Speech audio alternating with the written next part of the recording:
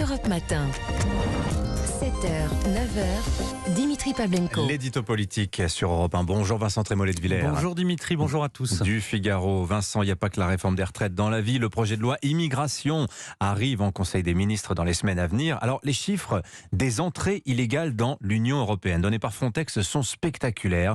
Je les donne à 330 000 franchissements de la frontière extérieure de l'Union en 2022, en hausse de 64% sur un an. C'est énorme. Oui, une preuve de plus que l'immigration, c'est le thème politique central en Occident. Ce n'est pas moi qui dis cette phrase, c'est Marcel Gauchet. Et il a raison.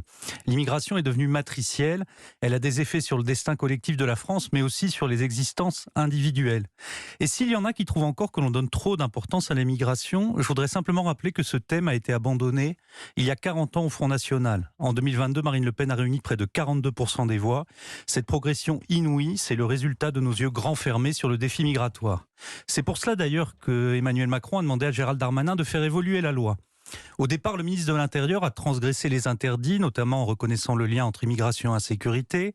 Il a affiché sa volonté de reprendre le contrôle de nos frontières. Et puis son projet, auquel a été associé le ministre du Travail Olivier Dussopt, a été plongé longuement dans l'eau tiède du en même temps.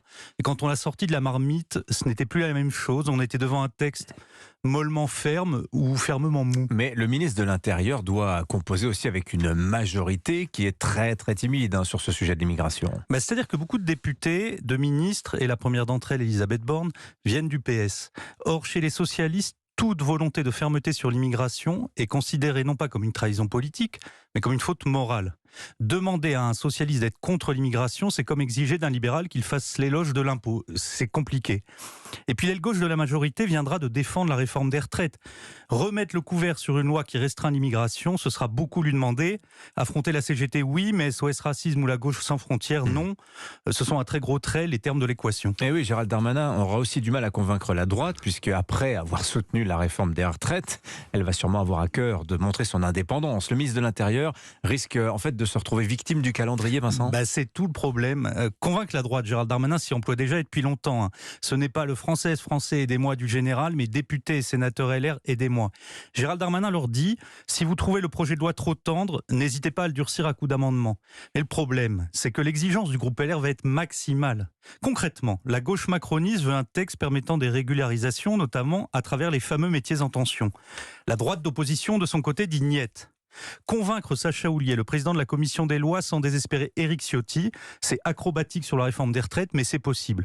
Sur l'immigration, ça me paraît beaucoup plus compliqué. Éric Ciotti va être très tenté de tester une nouvelle formule du en même temps. On vote la réforme des retraites, mais en même temps, on ne vote pas la loi immigration. Oui. Et pourquoi ? Parce que pour retrouver sa force d'opposition à Emmanuel Macron, la loi immigration, c'est une chance pour la droite. Et calcul politique n'est jamais bien loin. Merci Vincent Trémollet de Villers.